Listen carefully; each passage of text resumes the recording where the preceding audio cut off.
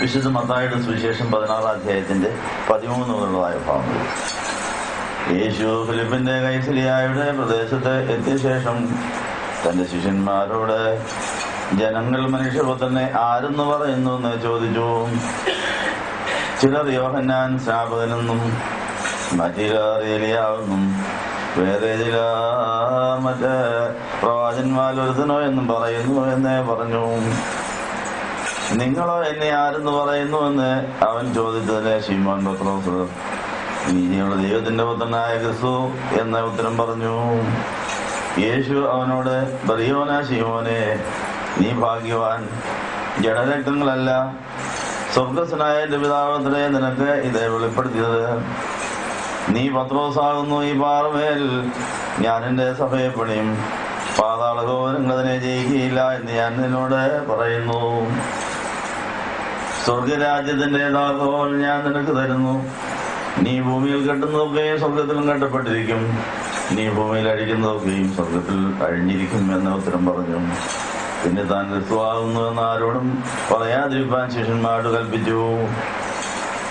അന്നു മുതൽ യേശു താൻ യെരൂശലേമിൽ ചെന്നിട്ട് മൂപ്പന്മാർ, മഹാപുരോഹിതന്മാർ, ശാസ്ത്രിമാർ എന്നിവരാൽ പലതും സഹിച്ച് കൊല്ലപ്പെടുകയും 3-ാം നാൾ ഉയർത്തെഴുന്നേൽക്കുകയും വേണ്ടത് എന്ന് ശിഷ്യന്മാരോട് സ്ഥാപിച്ചു തുടങ്ങി. പത്രോസ് അവനെ വേറിട്ട് കൊണ്ടുപോയി, കർത്താവേ, അതരുത്, നിനക്കങ്ങനെ ഭവിക്കരുത് എന്ന് ശാസിച്ചു തുടങ്ങി. അവനോട് തിരിഞ്ഞ പത്രോസിനോട്, സാത്താനെ, എന്നെ വിട്ടുപോ, നീ എനിക്ക് ഇടർച്ചയാകുന്നു, നീ ദൈവത്തിൻ്റെതല്ല മനുഷ്യരുടേതത്ര കരുതുന്നത് എന്ന് പറഞ്ഞു. ശുദ്ധീകരണ പെരുന്നാൾ അടുത്ത ഞായറാഴ്ച വരുന്നു. അന്ന് വായിക്കേണ്ട ഒരു വേദഭാഗം ഇന്നിതാ വായിച്ചു തുടങ്ങിയിരിക്കുന്നു. ശുദ്ധീകരണ പെരുന്നാളിന്റെ ഒരുക്ക ധ്യാനം എന്ന നിലയിൽ ഇന്ന് ഈ വേദഭാഗം നമ്മുടെ ശുദ്ധീകരണത്തിന് ഉതകട്ടെ എന്ന് ആശംസിക്കുന്നു. അശുദ്ധികൾ വരുന്ന വഴി ശുദ്ധീകരണത്തിനുള്ളതായ മാർഗങ്ങൾ, ശുദ്ധീകരണത്തിൽ ദൈവം കരുതിയിരിക്കുന്ന ഉപാധികൾ, ഇവയെക്കുറിച്ച് തിരിച്ചറിയുവാൻ ഈ വേദഭാഗം നല്ലതാണെന്ന് കാര്യം ഓർപ്പിക്കുന്നു. ഒരു സ്വല്പ സമയം ഇരിക്കാം. വിശുദ്ധ മത്തായിയുടെ സുവിശേഷം 16-ാം അധ്യായത്തിൽ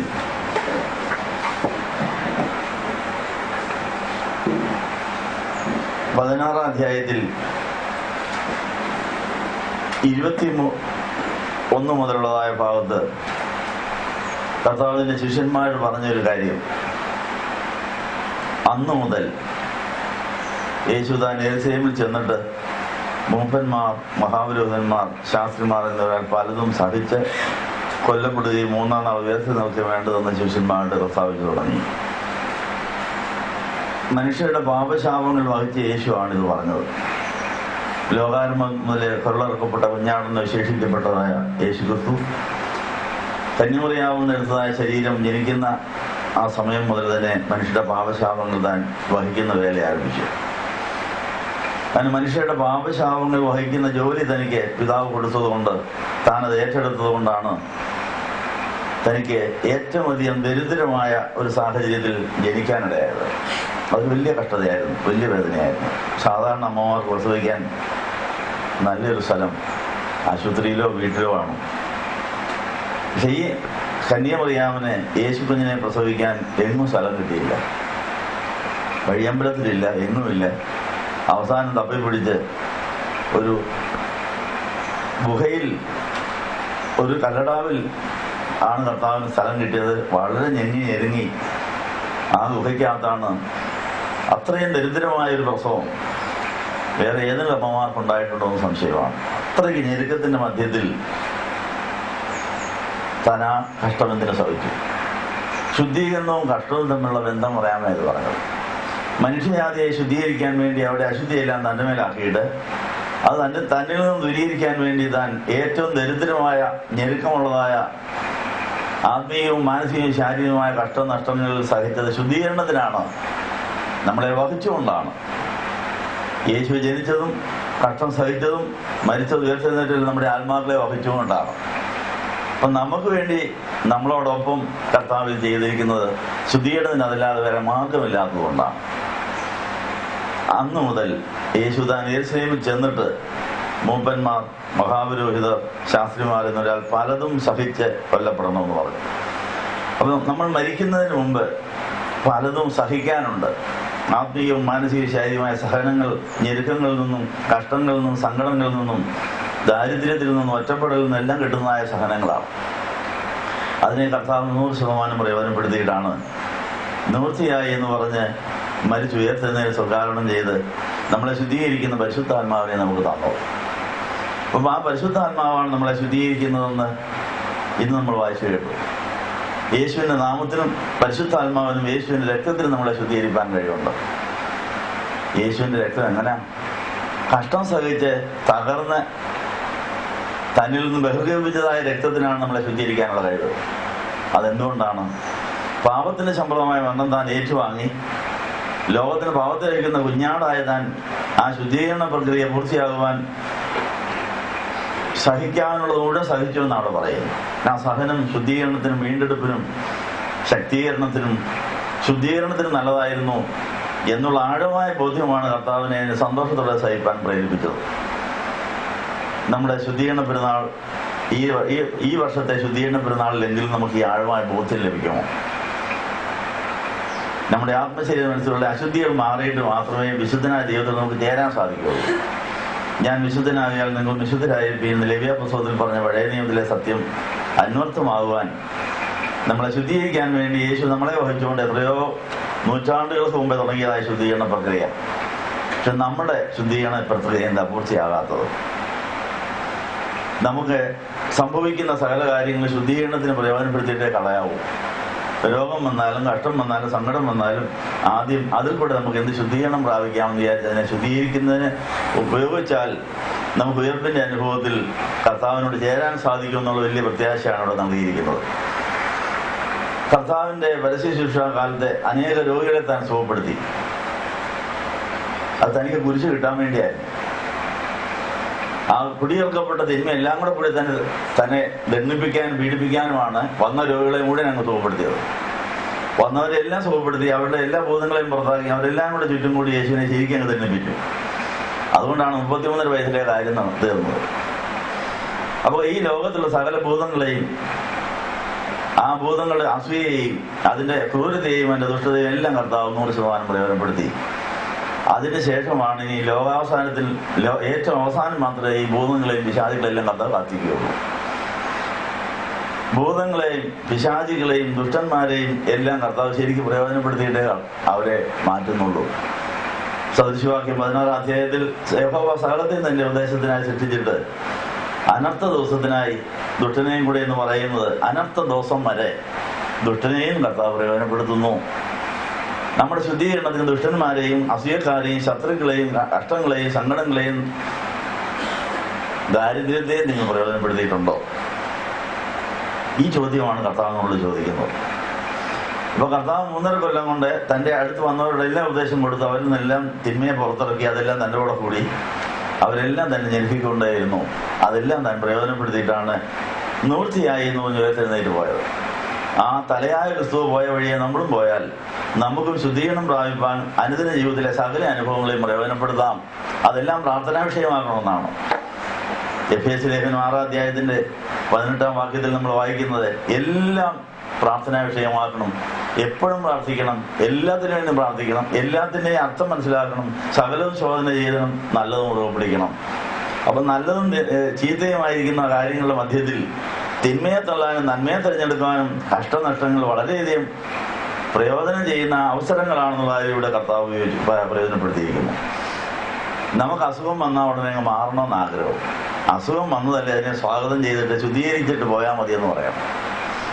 ഈ വീൽ ചെയറിൽ ഇരിക്കുന്ന ഈ സഹോദരൻ അനേക വർഷമായി ഇവിടെ വരാൻ തുടങ്ങിയിട്ട് പ്രാർത്ഥിക്കാൻ തുടങ്ങിയിട്ട് അകത്ത് പണി നടക്കുന്നുണ്ട്, ശുദ്ധീകരണം നടക്കുന്നുണ്ട്, മാൻപേടക്കാലിന്റെ പണി അകത്ത് നടക്കുന്നുണ്ട്.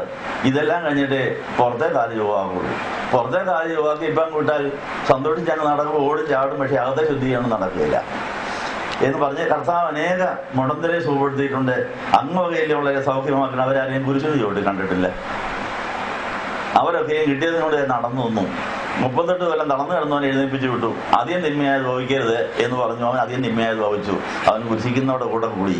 കാരണം അവന് തൊഴിലില്ലായ്മ വന്നു. അവൻ ആ തളർന്നു കിടന്നപ്പം നല്ല സുഖമായിരുന്നു. ആ അസുഖത്തിനകത്തൊരു സുഖം ഉണ്ടായിരുന്നു. തളർന്നും കിടന്നാൽ മതി, വരുന്നവരെല്ലാം അവനെ ശുശ്രൂഷിക്കും, അവിടെ എല്ലാം കരുണ കിട്ടും, അവിടെ എല്ലാം സഹായം കിട്ടും, അവൻ കിടന്നു കൊടുത്താൽ മതിയായിരുന്നു. സുഖം കിട്ടിക്കഴിഞ്ഞപ്പോൾ ഒരു റൗണ്ട് വിരുന്നിയോറ് കിട്ടിക്കഴിഞ്ഞ് പിന്നെ അവൻ നടന്നപ്പോഴൊക്കെ എല്ലാവരും പുച്ഛിക്കാൻ തുടങ്ങി. എന്നിട്ട് നല്ല ആരോഗ്യമാണ്, ചുമ്മാ തിന്നാൻ നടക്കുക, നീ പോയി ജോലി ചെയ്യുന്നു പറഞ്ഞു. ആരോഗ്യമുണ്ട്, ജോലി ചെയ്യാൻ അറിയാനും പാടില്ല. അപ്പം അവൻ വിചാരിച്ചു എനിക്ക് ഈ സുഖം കിട്ടിയത് ദോഷമായിപ്പോയി, സുഖം തന്നവനാണ് എന്നോട് ഏറ്റവും വലിയ ദ്രോഹം ചെയ്തത്, അതുകൊണ്ട് അവനെ ഇനി കുരിശിക്കാൻ ഞാനോട് കൂടിയേക്കാമെന്ന് അറിഞ്ഞു. സൗഖ്യം കൊടുത്ത് യേശുവിനെ കുരിശിക്കാൻ കൂടിയെന്നാണ് ചരിത്രം പറയുന്നത്. അപ്പോൾ നമുക്ക് രോഗം വന്നാൽ, അംഗവൈകല്യം വന്നാൽ ഉടനെ മാറുകയല്ല വേണ്ടത്, അതിനെ ശുദ്ധീകരണത്തിൽ ഉപയോഗിച്ചേ മാറ്റാവും. എങ്കിലും നമുക്ക് കർത്താവിൻ്റെ കൂടെ കുരിശിന്റെ ചുവട്ടിൽ നിന്നിട്ട് ഉയർപ്പിന്റെ അനുഭവത്തിലും സ്വർഗാരോഹണത്തിലും കർത്താവിന്റെ കല്യാണ മണ്ഡപത്തിൽ എത്താനൊക്കെ ഉള്ളൂ എന്നുള്ള ആ ഉൾക്കാഴ്ച നമുക്കുണ്ടോ? അവിടെ ഇവിടെ എഴുതി തന്നിരിക്കുന്ന ഒത്തിരി പേപ്പർ ഇവിടെ ഇരിപ്പുണ്ട്. അതിനകത്തെല്ലാം ഓരോ പ്രശ്നങ്ങളാണ് എഴുതിയിരിക്കുന്നത്. ആ പ്രശ്നങ്ങൾക്ക് നന്ദി പറയാനായി കുർബാന. ആ പ്രശ്നങ്ങളെ ശുദ്ധീകരണത്തിൽ ഉപയോഗിച്ചിട്ടേ മാറ്റുള്ളൂ. അതാ പ്രശ്നമൊന്നും പരിഹരിക്കാൻ പ്രാർത്ഥിക്കുന്നില്ല. ആ പ്രശ്നം വന്നതിന് നന്ദി, അതിന് സ്വതന്ത്ര കുർബാന എല്ലുക, കർത്താവ് ഇവരെ ശുദ്ധീകരിച്ച് മാറ്റാവൂന്ന് പറയാൻ പോവുക. സഹിക്കാനുള്ള കുർബ വേണ്ടിയവർക്ക് എഴുന്നേൽക്കാം, അവർക്ക് വേണ്ടിയാണ് ഈ കുർബാന എന്നുള്ള കാര്യം ഓർപ്പിക്കുന്നു. നിങ്ങൾക്ക് എല്ലാവർക്കും സംപ്രീതി ഉണ്ടായിരിക്കട്ടെ. പരിശുദ്ധാത്മാവിലുള്ള വിശ്വാസം നമ്മൾ പുതുക്കുമ്പോൾ കാര്യസ്ഥനായ പരിശുദ്ധാത്മാവ് നമ്മളെ ശുദ്ധീകരിക്കാൻ വേണ്ടി ഏതെല്ലാം വഴികളിൽ കൂടെ വിടും, എവിടെയെല്ലാം കൊണ്ടുപോകുമെന്ന് നേരത്തെ തന്നെ അറിഞ്ഞാൽ മാത്രമേ നമുക്ക് സന്തോഷത്തോടെ തന്നെ കൈപ്പറ്റാൻ സാധിക്കുകയുള്ളൂ. ജോസഫ്, പഴയ നിയമത്തിലെ ജോസഫിനെ പരിശുദ്ധാത്മാവ് കൊടുത്ത ഒരു വെളിപ്പാടായിരുന്നു, നീ ഭാവിയിൽ ഒരു രാജാവാകുമെന്ന്, അല്ലെങ്കിൽ ഒരു ഭരണകർത്താവാകും, എല്ലാവരും തന്നെ ആദരിക്കുന്ന ഒരു അവസ്ഥയിലേക്ക് നീ വളരുമെന്നുള്ള കാര്യം അറിയിച്ചു. അതെതിരെയൂടെയാണെന്നുള്ള കാര്യം അറിയാൻ ജോസഫ് പ്രാർത്ഥിച്ചുകൊണ്ടേയിരുന്നു. അപ്പം പരിശുദ്ധാത്മാവ് പറഞ്ഞു, നിന്റെയും നിന്റെ കുടുംബത്തിൻ്റെയും നിന്റെ ആ സമൂഹത്തിൻ്റെയും അശുദ്ധികൾ മാറാൻ, ഈ വലിയ പദവിയിലെ അനുഗ്രഹങ്ങൾ സംഭരിക്കുന്ന ഒരു ഭണ്ഡാരമാകുവാൻ, നിന്നെ ശുദ്ധീകരിക്കാൻ വേണ്ടി ഞാൻ നിന്നെ കഷ്ടങ്ങളുടെ തീച്ചുളയിൽ കൂടെ നടത്തുമെന്നാണ് പറഞ്ഞത്. അത് യോസേഫിന് നല്ലവണ്ണം മനസ്സിലായി. തനിക്ക് ദർശനം കൊടുത്തതായ അതേ ദൈവത്തോട് താൻ ചോദിച്ചു, ഇതെങ്ങനെ നടപ്പിലാവും, അത് ഞാൻ എന്ത് ചെയ്യണം? അങ്ങനെ ഒരു ഉൾക്കാഴ്ച ഉണ്ടായിരുന്നത് കൊണ്ടാണ് പൊട്ടക്കടലിൽ കിടന്നുകൊണ്ട് താൻ പ്രാർത്ഥിക്കാൻ തുടങ്ങിയത്. പൊട്ടക്കടലിൽ ഇട്ട സഹോദരങ്ങളെ സ്നേഹത്തോടെ അവരെ ഞാൻ ശുശ്രൂഷിക്കും, അവരെ ഞാൻ സ്നേഹിക്കും, അവർ അന്നദാതാവായി ക്ഷാമകാലത്ത് അവരെ ക്ഷേമമായി പോറ്റുന്ന അവസ്ഥയിൽ എനിക്ക് തരാൻ പോകുന്ന ശക്തിയും മാനവും മഹത്വവും എല്ലാം ഞാൻ അങ്ങനെ പ്രയോജനപ്പെടുത്തും. അതിന് ഈ പൊട്ടക്കണ്ണിനെ എങ്ങനെ പ്രയോജനപ്പെടുത്തുമെന്ന് ചോദിച്ചാൽ അവിടെ പിറുപിറുക്കാതെ കടന്നതുകൊണ്ടാണ് തനിക്ക് 6 ഘട്ടത്തിൽ നിന്ന് വിടുവിക്കപ്പെട്ടിട്ട് 7ാമത്തെ തിന്മ വിടാത്ത അവസ്ഥയിലെത്തിയിട്ട് ഒരാൾക്ക് കരുണ തോന്നി കിട്ടിയതായ വിടുതൽ, അടിമയായ ഒരു വീട്ടിൽ എല്ലാം പണിയും ചെയ്യേണ്ട ജോലിയിലേക്ക് പ്രവേശിക്കപ്പെട്ടത്. അവിടെ താൻ ദൈവം തൻ്റെ കൂടെ ഉണ്ടായിരുന്നത് കൊണ്ട് തനിക്ക് ആ വീട്ടുകാരനെ വിശ്വാസം തോന്നത്തക്ക തരത്തിൽ എല്ലാ ചുമതലയും അവനെ ഏൽപ്പിക്കുകയാണ്. അപ്പോൾ 6 ഘട്ടത്തിൽ നിന്ന് വിടുവിക്കപ്പെട്ട് തിന്മ തൊടാത്ത അവസ്ഥയിൽ അവിടെ എത്തിയത് കൊണ്ടാണ് 7ാം കൽപ്പന ലംഘിക്കാനുള്ള പരീക്ഷ താൻ ജയിച്ചത്. അല്ലെ അവിടെ വീണുപോയത്. കാരണം വീട്ടുകാരത്തി, യജമാനത്തെയാണ് പാപം ചെയ്യാൻ പറയുന്നത്. ആരാണെങ്കിലും വീണുപോകും. നോ പറയാനൊക്കെ വരിക. അവൾക്ക് വലിയ അവകാശം പറഞ്ഞ, എന്റെ ഭർത്താവ് നിന്നെ വിലയ്ക്ക് വാങ്ങിച്ചുകൊണ്ട് വന്നതാ, നീ ഒരു അടിമയാ, ഞാൻ പറയുന്നൊക്കെ നീ കേട്ടോണം, ദൈവം എന്നെ കാണുന്നു, ദൈവം പറയാത്തില്ല ഞാൻ ചെയ്യുകയില്ലെന്ന് പറയാനുള്ള ധൈര്യം കിട്ടിയത് കഷ്ടതയെ പ്രയോജനപ്പെടുത്തിയോണ്ടാണ്. കഷ്ടതയെ പ്രയോജനപ്പെടുത്തി, കഷ്ടത സഹിഷ്ണുതയും സഹിഷ്ണു സിദ്ധതയും സിദ്ധത പ്രത്യാശയും ഉളവാക്കി, ആ പ്രത്യാശയുടെ ധൈര്യം പ്രവർത്തിച്ച ദൈവത്തിന് ചലിക്കുന്ന പള്ളിയായിട്ട് താൻ മാറിയതുകൊണ്ടാണ് അങ്ങനെ പറയാൻ സാധിക്കും. ജോസഫ് അടിമപ്പണിക്കിടയിൽ തൻ്റെ കൂടെ ദൈവം ഉണ്ടെന്ന് തെളിയിച്ചു, തൻ്റെ ഉള്ളിലെ ദൈവത്തെ താൻ ആരാധിച്ചു, ദൈവം തന്നെ കാണുന്ന കാര്യവും ആ അടിയുറച്ച വിശ്വാസത്തിലാണ് 7ാം കൽപ്പന ലംഘിക്കാനുള്ള പരീക്ഷ വന്നപ്പോൾ അവിടുന്ന് ഓടിപ്പോകുന്നത്. താൻ കള്ളക്കേസിൽ പിടിക്കപ്പെട്ടെങ്കിലും പിന്നെ ജയിൽവാസം വന്നെങ്കിലും ആ കഷ്ടതയും താൻ പ്രയോജനപ്പെടുത്തിയതുകൊണ്ടാണ് തനിക്ക് വിവേചന വരം ലഭിച്ചത്. തനിക്ക് സ്വപ്നം വ്യാഖ്യാനിക്കുന്ന ഒരു കൗൺസിലറായി വളരാൻ കഷ്ടതയെ പ്രയോജനപ്പെടുത്തി ജയിലിലെ എല്ലാ പണിയും ചെയ്ത് ജയിലെല്ലാ ജോലിയും സന്തോഷത്തോടെ ചെയ്തുകൊണ്ടാണ്. അങ്ങനെ കൗൺസിലറായി മാറിക്കഴിഞ്ഞപ്പോൾ തൻ്റെ കൂടെ ഉള്ളവർക്ക് കൗൺസിലിംഗ് നടത്തുന്ന ജോലി കിട്ടി. അത് കഴിഞ്ഞപ്പോഴാണ് രാജാവിന് സ്വപ്നം കണ്ടത്. രാജാവിന്റെ സ്വപ്നം വ്യാഖ്യാനിക്കുന്ന ജോലി അങ്ങനെ കിട്ടിയിട്ടാണ് താൻ രാജാവിന്റെ മന്ത്രിയായി മാറിയത്. അപ്പം ജോസഫിന് കിട്ടിയ കഷ്ടതയെ മുഴുവൻ പ്രയോജനപ്പെടുത്തി അത് സിദ്ധിയാക്കി അതിനെ ദൈവ സാന്നിധ്യമുള്ള ചലിക്കുന്ന പള്ളിയാക്കി. തന്നെ കാണുന്നവരൊക്കെ ഇതുകൊണ്ട് ഒരു ദൈവ പൈതൽ പോകുന്നു, അവൻ്റെ കൂടെ ദൈവമുണ്ട്, അവൻ ചെയ്യുന്നതൊക്കെ ഭംഗിയായി നടക്കുന്നു, ദൈവമാണ് അവനെ വഴി നടത്തുമെന്ന് പറഞ്ഞ് കർത്താവിനെ സാക്ഷിച്ചതുകൊണ്ടാണ് ക്ഷാമകാലത്ത് അനേകരെ ക്ഷേമമായി പോറ്റുന്ന പാണ്ഡ്യശാലകൾ പണിയാൻ സാധിച്ചത്. ഇനി വലിയ ക്ഷാമം വരാൻ പോകുന്നു. വലിയ ക്ഷാമത്തിൽ അനേകം നമ്മൾ പാണ്ഡ്യശാല പണിത് അനേക അനുഗ്രഹങ്ങൾ വിളമ്പിക്കൊടുക്കേണ്ടവരാകും. അതിന് പാണ്ഡ്യശാല പണിയെങ്കിൽ നല്ല ശുദ്ധീകരിക്കപ്പെട്ട അറകൾ ഉണ്ടാകേണ്ടിയിരിക്കുന്നു. നമ്മുടെ പ്രാണന്റെ വീണ്ടെടുപ്പ് നടന്ന് ആ പ്രാണന്റെ ഉള്ളിൽ പരിശുദ്ധാത്മാവിനെ നിറച്ചു വെച്ചെങ്കിൽ മാത്രമേ അനേകർക്ക് കൃപാവരങ്ങൾ ജ്വലിപ്പിച്ച് സഹായം കൊടുക്കാൻ സാധിക്കുകയുള്ളൂ. വലിയ ക്ഷാമം വരാൻ പോകുന്നു. ഒന്നും പ്രവർത്തിച്ചു വിടാതെ രാത്രി വരാൻ പോകുന്നു. അപ്പോൾ ദൈവമക്കളുടെ അടുത്ത് വന്ന് അനുഗ്രഹം കൃപകളും കൃപാവരങ്ങളും ജ്വലിപ്പിച്ച് ആശ്വാസം പ്രാപിക്കുന്ന ശുശ്രൂഷയ്ക്ക് നിങ്ങളെ ഒരുക്കുകയാണ്. സങ്കേതഭവനം ചെയ്യുന്ന പണി അതാണ്. യോസഫ് തനിക്ക് കിട്ടിയ പരിജ്ഞാനം കൊണ്ട് ധാന്യങ്ങൾ ചീത്തയായി പോകാതെ സൂക്ഷിച്ചു വെക്കാൻ പറ്റിയ അറകളെ താൻ സൃഷ്ടിച്ചു. യാതൊരു ശാസ്ത്രീയ നേട്ടങ്ങളില്ലാതെ ആ കാലത്ത് പരിശുദ്ധാത്മാവാണ് ആ പരിജ്ഞാനം കൊടുത്തത്. 7 കൊല്ലം നീണ്ടു നിൽക്കുന്ന ക്ഷാമത്തിൽ 7 കൊല്ലം കിട്ടിയതായ ഭക്ഷ്യസാധനങ്ങൾ ചീത്തയാകാതെ സൂക്ഷിക്കാനുള്ള വിദ്യ താൻ എങ്ങനെ പഠിച്ചു? 7 കൊല്ലം കഴിഞ്ഞാൽ ഈ ക്ഷാമം വരാൻ പോകുന്നത്. അപ്പോൾ 7 14 കൊല്ലം വരെ ധാന്യം ചീത്തയായി പോകാതെ, പൂത്തു പോകാതെ, എലി കൊണ്ടുപോകാതെ, ചീത്തയായി പോകാതെ സൂക്ഷിച്ചു വെക്കാനുള്ള വിദ്യ താൻ എങ്ങനെ പഠിച്ചു? നാടിൻ്റെ നാനാഭാഗങ്ങളിൽ നടന്ന് അനേക ഭാഷകൾ പഠിച്ച് ആ ഭാഷയിൽ ആ ദേശക്കാർക്ക് പാണ്ഡ്യശാല പണിത് അങ്ങനെ ഒരു ഫറവോൻ രാജാവാകണമെങ്കിൽ 70 ഭാഷ പഠിച്ചിരിക്കണമെന്നായിരുന്നു പറഞ്ഞു. ഈ ഭാഷ മുഴുവൻ താൻ പഠിച്ചു. ആ ഭാഷയിൽ അവിടെ എല്ലാം പോയി പാണ്ഡ്യശാല പണിതു. ആ പാണ്ഡ്യശാലയ്ക്കകത്ത് ക്ഷാമകാലത്ത് ക്ഷേമമായി പോറ്റേണ്ട ആ വലിയ ധാന്യങ്ങൾ ചീത്തയായി പോകാതെ സൂക്ഷിച്ചു വെച്ചു. അത് 7 കൊല്ലം കഴിഞ്ഞപ്പോൾ തന്നെ സപ്ലൈ ചെയ്യാൻ ഇവിടെ എല്ലാ ആളുകളെ ആക്കി. അത് ദൈവം തമ്പുരാൻ കൊടുത്ത പരിജ്ഞാനമാണ്. ഈ പരിജ്ഞാനം പ്രാപിക്കണമെങ്കിൽ ശുദ്ധീകരണം വേണം. ശുദ്ധീകരിക്കപ്പെട്ടിടത്ത് മാത്രമേ പരിജ്ഞാനം ഇരിക്കുകയുള്ളൂ. അശുദ്ധി കൊണ്ടാണ് നമുക്കൊന്നും പഠിക്കാനൊക്കാത്തത്, പഠിക്കാൻ ഓർമ്മ നിൽക്കാത്തത്. അതുകൊണ്ട് ഈ ധ്യാനമന്ദിരത്തെ അവിടുത്തെ സ്വയപരിശോധനാ സഹായിയെയും ആയിരക്കണക്കിന് സ്വയപരിശോധന സഹായി എത്രയും വേഗം വായിച്ചു, ശുദ്ധീകരണം പൂർത്തിയാക്കിയോ, വരുന്ന കക്ഷത്തെ ഇവിടെ സ്വാഗതം ചെയ്തു. അതെല്ലാം പാണ്ഡ്യശാലയ്ക്ക് പണിക്കുള്ള അനേക തലമുറകൾക്ക് അനുഗ്രഹം കൊടുക്കേണ്ട പാണ്ഡ്യശാലകൾ പണിയേണ്ടവരെയും അതിൻ്റെ ജോലി ഏറ്റിട്ടൊക്കെ ഈ നിൽക്കുന്നത് നിങ്ങൾ ചുമ്മാതെയല്ല നിങ്ങൾ ഇവിടെ കൊണ്ടുവന്നിരിക്കുന്നത്. നമുക്ക് അങ്ങനെ വലിയ ഉത്തരവാദിത്തമുണ്ട്. അതുകൊണ്ട് വരുന്ന ഒരു കഷ്ടവും കളയരുത്. കർത്താവും മാതാവും യോസേപ്പും ഒക്കെ കിട്ടിയ കഷ്ടതയെ മുഴുവൻ മുതലെടുത്തവരാണ്. അതിനുശേഷമാണ് അവർ അനേകരെ അന്നദാതാക്കളായി അനേകർക്ക് അനുഗ്രഹം കൊടുക്കുന്നവരായി തീരുന്നുള്ള ഓർപ്പിച്ചുകൊണ്ട് പരിശുദ്ധാത്മാവിൻ്റെ കാര്യസ്ഥനോട് ചോദിച്ച് എല്ലാത്തിനെയും പ്രയോജനപ്പെടുത്താൻ പ്രാർത്ഥിക്കാൻ പഠിച്ചുകൊള്ളുക. ഏതിൻ്റെ അർത്ഥം എന്താണെന്ന് ചോദിക്കുക, ആവശ്യം എന്താണെന്ന് ചോദിക്കുക. എന്തെങ്കിലും പ്രശ്നം വന്നാൽ മാറാനല്ല പ്രാർത്ഥിക്കുന്നത്, അത് വന്നതിന് നന്ദി, അതിനെങ്ങനെയാണ് മുതലെടുക്കേണ്ടതെന്ന് ചോദിച്ച് എല്ലാം നന്മയ്ക്കാക്കാൻ ആഗ്രഹിക്കുന്ന ആ പരിശുദ്ധാത്മാവിനെ അത് യാചിക്കാനുള്ള പ്രാർത്ഥിക്കാൻ പഠിപ്പിക്കണം എന്നുള്ള യാതൊരു ഇപ്പോൾ നടത്താൻ പോവുക. സഹോദരി സഹോദരങ്ങളെ, മാതാപിതാക്കളെ, ഗുരുക്കന്മാരെ, ഞങ്ങൾ ക്ഷമിക്കണം. ഈ കുർബാന അംഗീകരിക്കുക എന്നുള്ളവർ ഞങ്ങൾക്ക് വേണ്ടി പ്രാർത്ഥന പുത്രനും പരിശുദ്ധ റുഹായിക്ക് സ്തുതിയാകുന്നതിന്റെ കണയുണ്ടായിരിക്കുകയാണ്.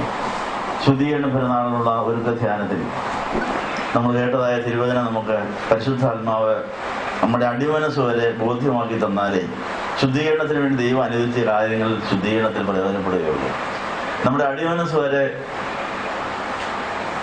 താണു വീണ് കിടക്കുന്നതായ ചില മിഥ്യാബോധങ്ങളുണ്ട്, തെറ്റിദ്ധാരണകളുണ്ട്, വ്യർത്ഥ ബുദ്ധികളുണ്ട്, നികൃഷ്ട ബുദ്ധികളുണ്ട്. ഇതെല്ലാം മാറാൻ വചനം ആഴമായി ധ്യാനിച്ചാലേ ഇതെല്ലാം മാറുള്ളൂ. നമ്മളെ വഹിച്ചുകൊണ്ട് കർത്താവ് സഹിച്ചതായ വേദനകൾ, പരിശുദ്ധ മാതാവ് സഹിച്ചതായ വേദനകൾ തിരുവചനത്തിന്റെ ആഴമായ ധ്യാനത്തിലൂടെ കിട്ടിയതായ ഉൾക്കാഴ്ചകളാണ്. വേദപുസ്തകത്തിലെ പഴയ നിയമത്തിലെ വചനങ്ങൾ മുഴുവൻ ഉൽപ്പത്തി തൊട്ട് മലാഖി വരെയുള്ള എല്ലാ തിരുവചനങ്ങളും മാതാവ് 12 വയസ്സിനുള്ളിൽ ധ്യാനിച്ചു തീർത്തു. അത് മുഴുവൻ തന്റെ ഹൃദയത്തിൽ വെച്ച് ഇണചേർത്തു. പരിശുദ്ധ മാതാവ് ആ പള്ളിയിൽ കേട്ട എല്ലാ പ്രസംഗവും കുറിച്ചിട്ടു. അവിടെ വായിച്ചതായ വേദഭാഗം മുഴുവനും ഇണചേർത്ത് ധ്യാനിക്കത്തക്ക തരത്തിൽ മനസ്സിൽ ആഴമായി താൻ കൊണ്ടു നടന്നു, കുറിച്ചിട്ടു. മാതാവ് പള്ളിയിൽ താമസിച്ച സമയം തക്കത്തിൽ പ്രയോജനപ്പെടുത്തി. അങ്ങനെ മാതാവിനെ ദൈവത്തിന്റെ മനുഷ്യജാതിയെക്കുറിച്ചുള്ള പദ്ധതി എന്താണെന്നും മനുഷ്യജാതിയുടെ ഏറ്റവും വലിയ പ്രശ്നം എന്താണെന്നും മനസ്സിലായി. സ്ത്രീയുടെ സന്തതി സർപ്പത്തിന്റെ തലയെ ചതയ്ക്കും. ആ തല ചതയ്ക്കപ്പെടുന്ന സർപ്പത്തിന്റെ പല്ലുകൊണ്ട് കാല് മുറിയും. ആ വാലിന്റെ അടി കൊണ്ട് എല്ലാ അവയവങ്ങൾക്കും കേട് സംഭവിക്കുമെന്ന് മനസ്സിലായി. കർത്താവിന്റെ എല്ലാ അവയവങ്ങൾക്കും കേടുപറ്റി. തൻ്റെ തൊലി മുഴുവനും ഉരിഞ്ഞുപോയി. ഉഴവിയായ പോലെ കീറി ചൂണ്ട പോലെയുള്ള സാധനങ്ങൾ ചേർത്ത് വെച്ചിരിക്കുന്ന ചമ്മട്ടി കൊണ്ട് അടിച്ചത്. വെറും ചാട്ടവാറല്ല, ചാട്ടവാറിന്റെ അറ്റത്തെല്ലാം ചൂണ്ട കെട്ടിയിട്ടിട്ടുണ്ട്. ഒരടി കഴിയുമ്പോൾ ഈ ചൂണ്ട എവിടെയെങ്കിലും പോയി കോർക്കും. ഒരൊറ്റ വലിച്ചു കഴിഞ്ഞാൽ എങ്ങനെ ഇരിക്കും? മുഴുവൻ കീറി അങ്ങ് വെടുവചാല് പോലെ കീറി അങ്ങ് പോവുക. ഒരു ചൂണ്ടയൊന്നുമില്ല, 5-6 ചൂണ്ടയാണ്. അപ്പോൾ ഒരൊറ്റ അടി അടിക്കുമ്പോൾ 5-6 സ്ഥലത്ത് ഈ ചൂണ്ടയെന്ന് കോർക്കും. ഒരൊറ്റ വലിയാണ്, വലിച്ചു കഴിഞ്ഞാൽ മുഴുവൻ കീറി അങ്ങ് അതിലെ വെടുവചാല് പോലെ കീറി രക്തം അങ്ങ് ഒഴുകുക. അങ്ങനെ 1000കണക്കിന് അടി ഉണ്ടെന്നാണ് പറയുന്നത്.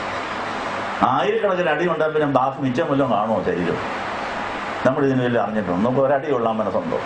ഒരടി ഉണ്ടാൻ നമ്മൾ സഹിക്കുമോ? അടിച്ചവരെ നമ്മൾ തിരിച്ചടിക്കുകയല്ലേ? അപ്പൊ ഇത്രയും അടി കർത്താവ് കൊണ്ടിട്ട് ആ കർത്താവ് ഒരു ഉയർന്ന സ്ഥലത്ത് വെച്ച് അടി കൊണ്ടതിന് ശേഷം തന്നെ സ്റ്റെപ്പുകളിൽ കൂടെ വലിച്ചിറക്കിക്കൊണ്ടുപോയി എന്നാ പറയുന്നത്. കാലെ പിടിച്ച് ഒരാളെ സ്റ്റെപ്പ് ഇറക്കിക്കൊണ്ടുപോയാൽ എങ്ങനെ ഇരിക്കും? ഓരോ സ്റ്റെപ്പിലും തലയെന്ന് ഇടിക്കുക. 3ാമത്തെ നിലയിൽ നിന്ന് താഴത്തെ നിലയിലേക്ക് ഒരാളെ കാലെ പിടിച്ച് വലിച്ചുകൊണ്ട് പോയാൽ എങ്ങനെ ഇരിക്കും? നമ്മൾ സങ്കല്പിച്ചാട്ട് ഓരോ സ്റ്റെപ്പിലും തലയെന്ന് അടിക്കും.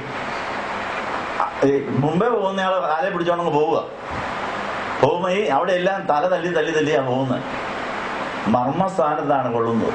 നമ്മുടെ ഏറ്റവും വലിയൊരു മർമ്മസ്ഥാനമാണ് മെഡില്ല ഒമ്പളനേറ്റാന്ന് പറഞ്ഞാൽ നമ്മുടെ കഴുത്തിന്റെ പുറകിൽ വളരെ മർമ്മസ്ഥാനമാണ്. അവിടെ ഒരു ചെറിയ അടി ഉണ്ടാൽ മതി, നമ്മുടെ എല്ലാ നാഡീഞരമ്പുകളും ക്ഷയിച്ചു പോകും, തളർന്നു പോകും. എന്തുമാത്രം വേദന സഹിച്ചെന്നറിയാവോ? അങ്ങനെ അനേക സ്റ്റെപ്പുകളിൽ കൂടെ തന്നെ കാലെ പിടിച്ച് വലിച്ചുകൊണ്ട് പോയെന്ന് പറയുന്നത് the power of the cross എന്ന് പറഞ്ഞ ഒരു കൊച്ചു പുസ്തകത്തിൽ വിശുദ്ധനായ ഒരാൾ എഴുതി വെച്ചിട്ടുണ്ട്. കർത്താവ് നമ്മൾ അറിയാത്ത അനേക കഷ്ടങ്ങൾ സഹിച്ചിട്ടുണ്ട്. ഈ വേദപുസ്തകത്തിൽ കുറച്ചേ എഴുതിയിട്ടുള്ളൂ. അങ്ങനെ ഓരോരുത്തർക്കും ഓരോ വെളിപ്പാടുകൾ. ഒരാൾ പ്രാർത്ഥിച്ചു, കർത്താവ് നീ എന്തുമാത്രം സഹിക്കുമെന്ന് കാണിച്ചതാ. ഒരു പരിശുദ്ധൻ പ്രാർത്ഥിച്ചപ്പോൾ എണ്ണി കർത്താവ് കൊണ്ട് കാണിച്ചു കൊടുത്ത് ഞാൻ ഇങ്ങനെയൊക്കെ സഹിച്ചിട്ടുണ്ടെന്ന് പറഞ്ഞു. അത് ആ പുസ്തകത്തിൽ എഴുതിയിട്ടുണ്ട്. ആ പുസ്തകങ്ങളിലുണ്ടോ? The power of the cross എന്ന് പറഞ്ഞൊരു കൊച്ചു പുസ്തകമുണ്ട്. ആ പുസ്തകത്തിൽ അത് അനേകർക്ക് പോക്കറ്റിലിട്ടുകൊണ്ട് നടക്കാൻ കൊണ്ട് പറ്റിയ തരത്തിൽ ഒരാൾ ഇവിടെയും കൊണ്ട് തന്നിട്ടുണ്ട്. ചിലർക്ക് ഞാൻ കൊടുക്കാറുണ്ട്. അതിനകത്ത് പറഞ്ഞിരിക്കുന്ന ഒരു കാര്യമാണ്, കർത്താവിന് ഞാൻ 1000കണക്കിന് അടി ചൂണ്ട കൊളുത്തിയ ചമ്മട്ടി കൊണ്ട് കൊള്ളേണ്ടി വന്നു.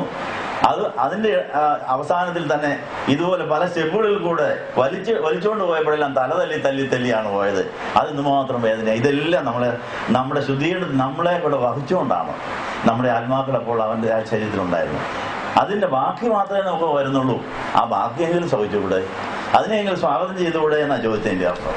അതുകൊണ്ട് മത്തായിയുടെ സുവിശേഷം 17-ാം അധ്യായത്തിൽ നമ്മളെ 16-ാം അധ്യായത്തിൽ നമ്മൾ വായിച്ചു കേട്ട കാര്യങ്ങളിൽ ഒരു സൂചന മാത്രമേ അതിനകത്ത് പറഞ്ഞിട്ടുള്ളൂ.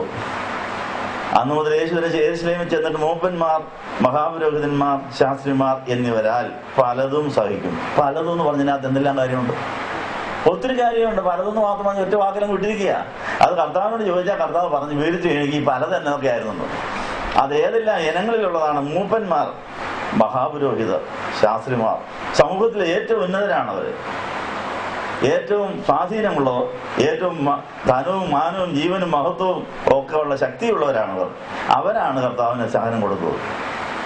അപ്പൊ നമ്മുടെ ജീവിതത്തിൽ മൂപ്പന്മാരും മഹാപുരോഹിതരും ശാസ്ത്രിമാരും തരുന്ന സഹനം തിരിച്ചറിഞ്ഞിട്ടുണ്ടോ?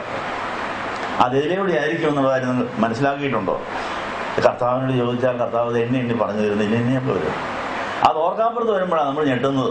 പ്രാർത്ഥിക്കാവും, കർത്താവ് പറയും ഇന്നത് ഇതിലൂടെ വരുന്നുണ്ട്, അത് അതിലേ ഉണ്ട്, അത് അങ്ങനെയുണ്ട്, നീ സൂക്ഷിച്ചിരുന്നു, അത് സ്വീകരിക്കാൻ തയ്യാറായെന്ന് പറഞ്ഞാൽ 2 കൈ നീട്ടി വാങ്ങിക്കാം. ശുദ്ധീകരണം പൂർത്തിയാക്കിയാൽ പാണ്ഡ്യശാല പണി പൂർത്തിയാകുമെന്നാണ് അതിൻ്റെ. പാണ്ഡ്യശാല പണിത് നമ്മുടെ അടുത്ത് വരുന്നവർക്ക് നമ്മൾ ജോസഫ് ചെയ്തതുപോലെ അനേകർക്ക് ദൈവത്തിന്റെ അനുഗ്രഹങ്ങൾ വിളമ്പി കൊടുക്കേണ്ടി വരും. ക്ഷാമകാലത്ത് അനേകരെ ക്ഷേമമായി പോരുന്ന പണി നമ്മളെയും ഏൽപ്പിക്കും. എന്നിട്ടായിരിക്കും കല്യാണത്തിന് പോകാൻ പോകും. അപ്പൊ അതിനു മുമ്പ് പാണ്ഡ്യശാല പണി എന്ന് പറഞ്ഞാൽ നമ്മൾ വീണ്ടെടുക്കപ്പെടുന്ന ശുദ്ധീകരിക്കപ്പെടുന്ന പ്രാണൻ യേശുവിന്റെ മാറിൽ എത്തിച്ചേരും. യേശുവിന്റെ മാറിൽ എത്തിച്ചേരുന്ന പ്രാണന്റെ ഉള്ളിലെല്ലാം യേശു അനുഗ്രഹങ്ങൾ സംഭരിച്ചുകൊണ്ടേയിരിക്കും. അങ്ങനെ മണവാട്ടി സഭയുടെ അംഗങ്ങൾ രഹസ്യമായി കർത്താവിന്റെ മാറിലിരിക്കുന്ന ഒരു കാലമുണ്ട്. അതാ ഇപ്പൊ നടക്കുന്നത്. ആദ്യത്തെ ആദാമിന്റെ ഉള്ളിൽ ഹവ്വ ഒളിച്ചിരുന്ന പോലെ ഒടുക്കത്തെ ആദാമായ യേശുവിന്റെ മാറിൽ നമ്മൾ ഒളിച്ചിരിക്കുന്ന ഒരു കാലമുണ്ട്. കല്യാണത്തിന്റെ തലേദിവസം വരെ, കല്യാണത്തിന്റെ തൊട്ട് മുമ്പ് വരെ നമ്മുടെ സ്ഥലം, നമ്മുടെ പ്രാണന്റെ സ്ഥലം യേശുവിന്റെ മാറിലെ രഹസ്യ സ്ഥലത്താണ്. നമുക്ക് നമ്മുടെ പ്രാണന് മാത്രം ഇരിക്കാൻ ഒരു അറ അവിടെയുണ്ട്. എല്ലാവരുടെയും പേരിൽ ഒരു അറകളിനകത്ത് കർത്താവ് സൃഷ്ടിച്ചിട്ടുണ്ട്. മണവാട്ടി സഭയുടെ അംഗങ്ങളായി തീരേണ്ട സകലർക്കും പ്രത്യേകം അറകളുണ്ട്. ആ അറകളിലേക്ക് നമ്മുടെ പ്രാണൻ മുഴുവൻ വീണ്ടെടുക്കപ്പെട്ട് എന്നാൽ ആ പ്രാണന്റെ ഉള്ളിൽ യോസേഫ് മണ്ഡ്യശാലകൾ സ്ഥാപിച്ച് അതിൽ ധാന്യം ചീത്തയാകാതെ സൂക്ഷിച്ചതുപോലെ അനേക ആയിരങ്ങൾക്ക്, അനേക വർഷങ്ങൾ, അനേക നൂറ്റാണ്ടുകൾ അനുഗ്രഹം വിളമ്പിക്കൊടുക്കേണ്ടതായ ഭണ്ഡാരങ്ങളാണ് നമ്മൾ ഉണ്ടാകേണ്ടത്. അത് നിറഞ്ഞു കഴിഞ്ഞാൽ പിന്നെ അങ്ങ് ടാപ്പ് തുറക്കുമ്പോൾ വെള്ളം വരുന്ന പോലെ വന്നങ്ങ് പോകുള്ളൂ. അപ്പം നമ്മളുടെ ഈ സംഭരണ, ഈ ശുദ്ധീകരണവും അതിൻ്റെ ക്രമീകരണവും നടത്താനാണ് സമയം വേണ്ടത്. ക്രമീകരണം നടത്തി നിറച്ചു കഴിഞ്ഞാൽ പിന്നെ വരുന്നവർക്കെല്ലാം ടാപ്പ് തുറന്നങ്ങ് വിട്ടാൽ മതി, കിട്ടിക്കോളും, വരും നിറച്ച് നിർത്തിന് പോകുള്ളൂ. അതുകൊണ്ട് യോസേഫിന്റെ ക്ഷേമകാലത്തെ 7 കൊല്ലത്തെ പാണ്ഡ്യശാല പണി, 7 കൊല്ലത്തെ ക്ഷാമകാലത്ത് അനേക ഇടങ്ങളിൽ നിന്ന് ഇത് വീതിച്ചു കൊടുത്ത കൂട്ടത്തിൽ എൻ്റെ അപ്പനും കിട്ടി, അമ്മയ്ക്കും കിട്ടി, ചേട്ടന്മാർക്കും കിട്ടി. ചാക്കുംപടി അവർ കൊണ്ടുപോയി. ഇതുപോലെ നമ്മുടെ ശത്രുക്കൾക്ക് നമുക്കിപ്പോൾ കുരിശുണ്ടാക്കി തരുന്നവർക്കൊക്കെ നമ്മൾ കൊടുക്കേണ്ടി വരും. അവരൊക്കെ വരും അവസാനം.